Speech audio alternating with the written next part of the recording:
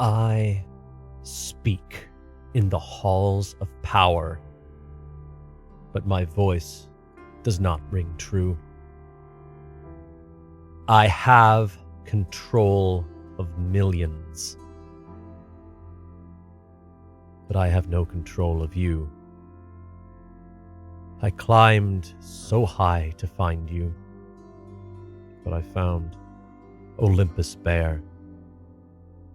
I had your memory put to death,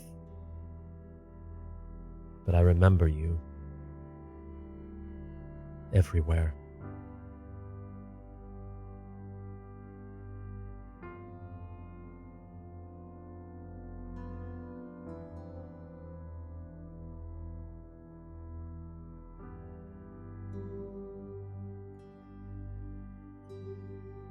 They tell me that I look much older now, and that you haven't aged a day. I do my best not to think of you. You do your best to stay away. There's someone in my arms right now, and I hold her very tight. But whenever I relax my grip, I think of you all night.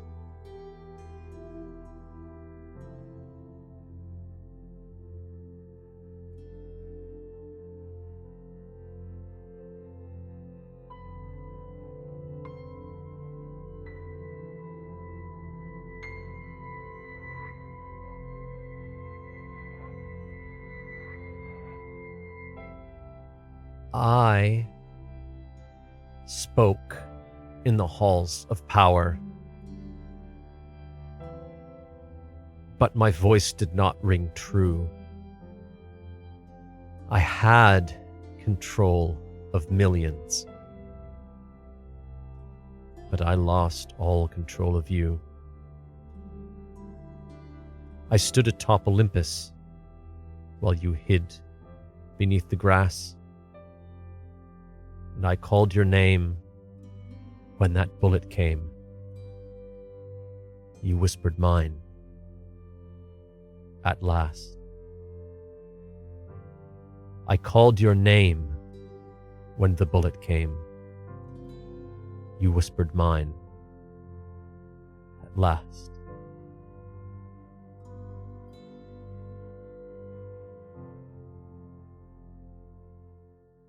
Okay, and welcome with that to update number 6. The date is February 8th, 2023, and it is a Wednesday.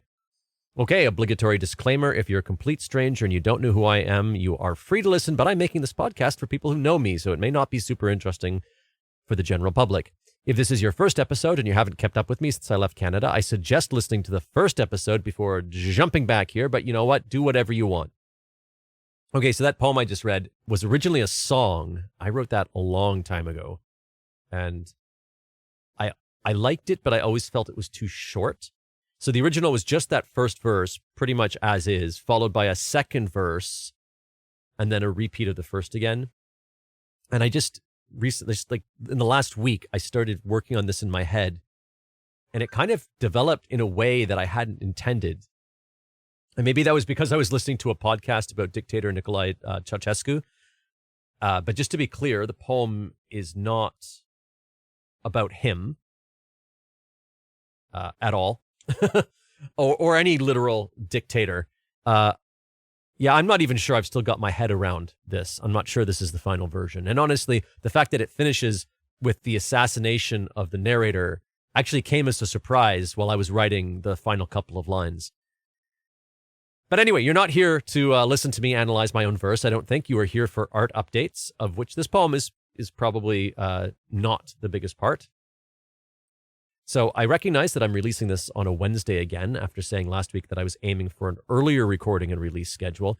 But what I forgot to take into account was that the YTG Winter Show is rehearsing Mondays and Tuesdays for all of February. So it looks like Wednesday is the release date, at least until March, when I'm hoping to switch to a Tuesday and Thursday schedule with YTG until we hit production week. So then I will be aiming for a Monday record and release. So let's start with updates about that show. Those are the only updates I think I have this week. If you'll recall, we're working on an update of The Strange Case of Dr. Jekyll and Mr. Hyde. Due to the timing of the recording last week, there have been 3 rehearsals since then. You may remember I was recording like a couple hours before I was going to be rehearsing.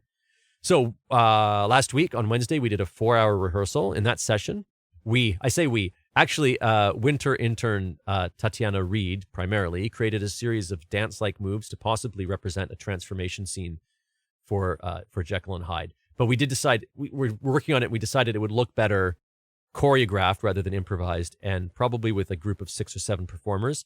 So she's going to try to work on that with the older students at JDS and get them to dance it so we can see it. And then, we might put them into the show. And of course, you probably don't know, you may not know what I'm talking about when I say JDS. So I guess this is an opportune moment to talk about JDS. So forgive this sidetrack, this rabbit hole, but since a lot of my updates in February and March are going to mention JDS, the JDS building, World Peace Theater, I should probably go into detail about what all that stuff is. JDS stands for Japan Dance School, and the name of the building that they operate out of is called the JDS Building. They alternatively, this is in Kawasaki, by the way, not Yokohama, as many believe, because we work out of there. Anyway, they alternatively go by College JDS and JDS Artworks as well. It's quite confusing. I really don't understand the overlap of names there.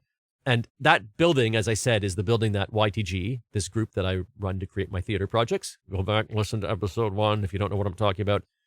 YTG's operated out of there almost exclusively for the last 10 years. So almost 10 years ago, in mid-2013, I was working on a kids' version of Beowulf with another nonprofit group that I used to do stuff for.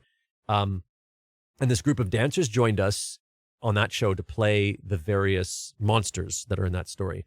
And they were from this dance company called JDS Youth. And they told me that their teacher would be interested in having us rehearse in the space that they rehearsed out of. So keeping a long story short, we started using the JDS venue, the Japan Dance School venue, for both rehearsals and performances from that time on. The building is a 5-story concrete building with the owner's apartment on the top floor, rental units on floors 4 and 3, offices, and a small dance studio. Well, I mean, not by Japanese standards necessarily, but a reasonably sized dance studio on the second floor, and then a tiny dance studio, dressing rooms, storage in the base, and storage in the basement. And on the first floor, there's a good-sized black box, gray box, studio theater. The first floor theater, it's called the World Peace Theater, a name which I have learned to live with. JDS is owned and run by a husband and wife team, Noriko and Isamu. Noriko is a former professional dancer who has been running JDS since the 1980s. So they've been extremely generous to us over the last 10 years, especially during the pandemic. They've allowed us to use the space heavily discounted. They've allowed us to defer payment on rent till after our shows are over. And it's something that is I don't know how common that is elsewhere in the world right now, but that is very unusual in my experience of renting spaces in Japan. So that JDS Youth Company, those dancers that the group of dancers that I worked with 10 years ago, they're gone. They don't exist anymore. But they're still student dancers, obviously. I've actually previously used JDS students and teachers actually too in of various ages in my shows. So it wouldn't be out of the question to use them for this one. Rabbit hole expedition completed. Back to updates about the winter Jekyll and Hyde show. So that was rehearsal 1. We did a lot of sort of talking about themes and stuff, but that was the sort of concrete work that we did in that rehearsal on our feet. Rehearsal number 2 happened on Monday, and that was reasonably productive. There were 3 of us in the room that day again. So Tatiana, myself, and Sarah, that's sort of the core group that's in the room. Oh, sorry, I guess technically 4, because Sarah's a new mother, so her baby joins us for each rehearsal. Yeah, so it's worked out well, and although sometimes I really wish we had an extra pair of hands or 2, since the baby tends to be quite active in the afternoon. He's at the crawling stages now, so he's mobile. But it's a really nice feeling to have a kid in the room. I don't know. I like it. I like kids. Yeah, and actually that whole experience, here we go down another rabbit hole. It actually makes me think about how my outlook on making theater has changed in the last 20 years, which is Ooh, that's a sidebar probably for another day. But just briefly, when I was younger, being like professional and creating a professional environment was really important to me. And like nowadays, while I think it's important to concentrate and show up and work hard in the rehearsal room, I've decided that professional is just a word that means make things easy for powerful or privileged people who have other folks to handle the day-to-day labor of being a human being. So I think a big part of that shift for me, sort of philosophically speaking, in terms of what is a professional, like not quote unquote professional, but like what is a professional working environment? What kind of environment do I want to work in as I work professionally? I think a big part of that change has been catalyzed by the shift I've made into making collective works as opposed to working on scripted stuff. Just because I think the whole process has opened up quite a bit. And so that leaves room for you to open up and think about how to change the way your rehearsal room and the environment that you rehearse in works. Okay, anyway, so Rabbit Hole Expedition number 2 completed. Rehearsal 2. So we were in the second floor studio. Remember I said there was a second floor dance studio in the building. Rehearsal days are actually right now are alternating between the second floor studio, where we're going to work out a lot of the basics of the scenes. And so they're going to be there on Mondays.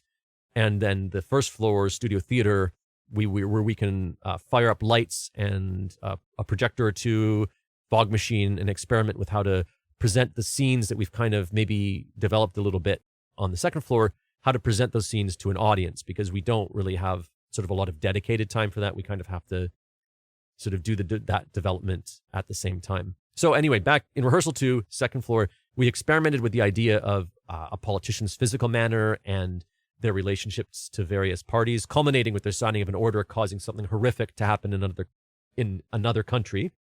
And this is connected to an idea I think I mentioned in an earlier update about a way of looking at the Jekyll and Hyde story, sort of a little bit less literally. After that, on that day, we were kind of at a loss. So I suggested, look, let's just pick some music and just like move to it.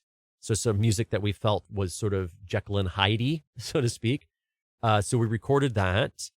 We recorded video for that. And I think we may have found some movement stuff that we can use later on. We certainly used some of it later on that day. And then we reused that music too for a final exercise where we played different versions of Jekyll looking at themselves in a mirror. So the reflection was like another actor. So like a mirror exercise. We sort of took turns and switched in and out and sort of thought about like how Hyde could emerge, right?